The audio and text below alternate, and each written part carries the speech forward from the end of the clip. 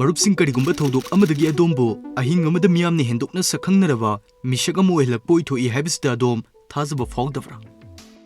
Hoi asengba makni masi mioi kya amadadi mamangda thokiba laikhrabani. Videos da haijaraktoriba misaksing asidasu chaliba sahi asda ahing amada makoisi miyamni hendokna sakhangnaraba haibadumak oikhribani. Sumnatagi film promotion toba event amadagi 1 million follower hena fangduna viral sensation oikhiba amadi fight amagi maramna Lion of India gi mingthol fangkiba. Aduga Dr. Ronaldo Laishram gi discovery gi matang pumnamak videos da details oina aikoi puna khangminasi. Video soidanamak interesting oini khalli aduna marupsing nasu channel asibu pungning thogatpi boina like amadi subscribe tawshinbiyo haizari.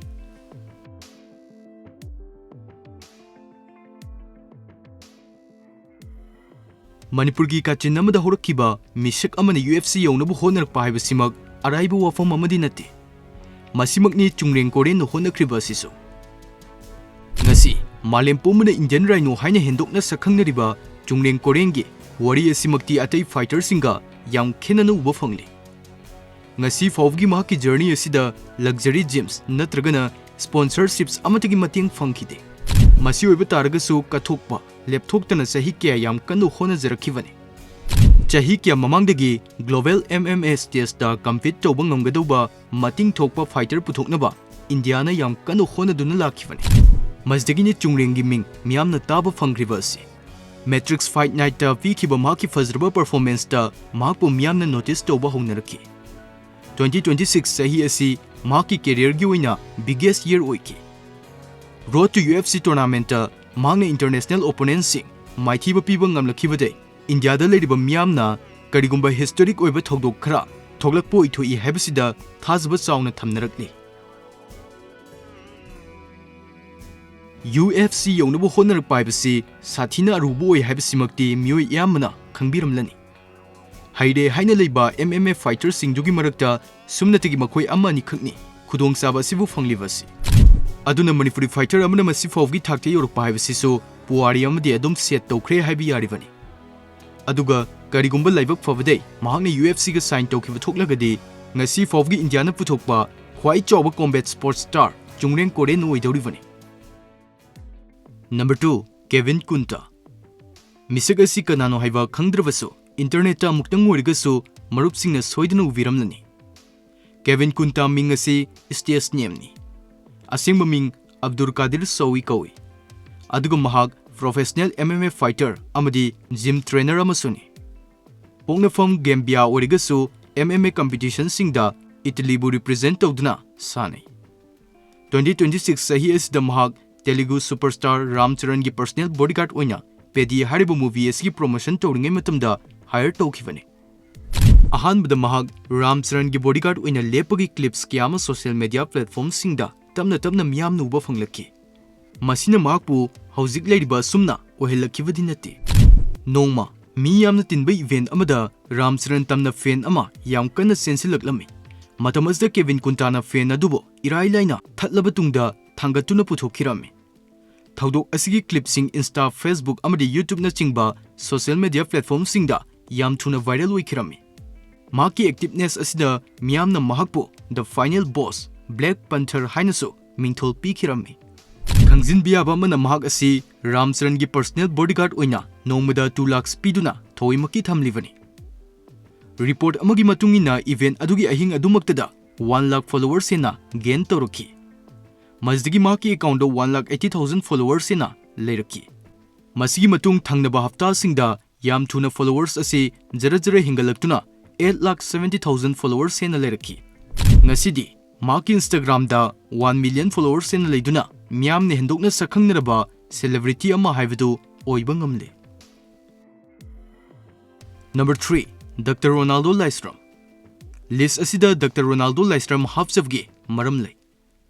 Mahak galaxy na evolve tawbagi mawong amadi large scale structure gi hiram singda work tawriba observational astronomer amadi astrophysicist amani. Details pumnamak samjilabda observational astronomer amadi astrophysicist anigi khenabasi example amakhak piduna aikoi puna khangminasi. Ahanbada ikoina observational astronomer harigadi stars, planets, galaxies, black holes asina singba yengduna data sing khomjin babu khangnagani. Astrophysicist ki mathau asina hauzik mathakta haikriba stars, planets, galaxies, black holes, makhoi sing asi kamdona work tawbage haibsida physics amadi mathematics sizinaduna explain tawbabu khangnagani. Coming to the point, mahakna malem sinba thungna famous oikibagi thaudok adugi matangda ikhoi punna khangminasi. Mahakna discover tawkriba si protocluster amani. Protocluster haibsi mapung faraba galaxies sing aikhoina city of galaxies hariga sukhangnaba sibu mapung fana form tawnavgi damak early universe ki matamda precluster oina mathau toramba galaxies masa singi chabun namani. Aduga handak mahakna discover tawkriba si 12.6 billion years suraba protocluster amakhakni. Masina takpadi matamaduda ikhoigi universe asi sumnatigi 1.2 billion years subdamak ngairibani. Haibdi galaxies sing asi aikhoigi universe asi form tawdringai mamangdage leirakle haibani. Marup singasu yam khangning ngaiba matang karigidamak Loktak protocluster haina mingthol piribana. Masigi ichamchamba paukhum moina earth ki natural heritage amadi deep space ki marakta bridge haibdi thong kya leibanani. Aikhoina su khanglibduni Loktak lake haibsi tawduna leiba fomdis kya ama leiribani. Adubu makhoi loinamak water body amagi mathakta tawduna leiribani. Haibdi fomdis sing asi amaga samnaduna leirabasu water body amagi mathakta loinamak exist tawi haibani. Masigi chap manana nauna puthokliba cosmic structure asida tongan ba galaxies concentration mari lei. Makoi sing asisu yam chawba evolving system amaga samnaduna leiribani. Aduga amana Dr. Ronaldo Laishram na Loktak lake asigi ming lauduna protocluster asibo malem sinba thungna sak takli. Masi mahakna mahaki home state oiriba Manipur bo underrated oina leiba asi pamde. Masigi mahot malem sinba thungna sakhangnaba lamda mamu oina khanghanning ba maramna Loktak protocluster haina mingthol pikhibani hainasu mahakna interview amada phongdokhi. Sumnatagi sahi 19 surokpa matamda mahakna preliminary asteroid ama discover tawkhi. Aduga masigi achievement asigi damak matamadugi president Dr. APJ Abdul Kalam na makpu ikai khumnaba utki amadi harauti yamba phongdokhi. Research ki wangmadasu Manipur Astronomical Society ki founding coordinator amani. Aduga astronomy awareness amadi science education hariba hiram singda Manipur amadi especially North East ki youth sing amadi students singa khuchamna duna chatminnariba misak amakhakni Dr. Ronaldo Laishram. Matam sangna video thagaludabagidamak mayamna waraubitanaba ningsingjari. Ngasigi video asi yenglaba tungda kari fawge comment ta thambirmmu amadi mathangda kari karamba topic ta semsigi habdusu comment ta ibirmmu. Masi thamjraga ngasigi oinadi mayambu tike fix na mayamdagi kaina navgi tanja do lauzari.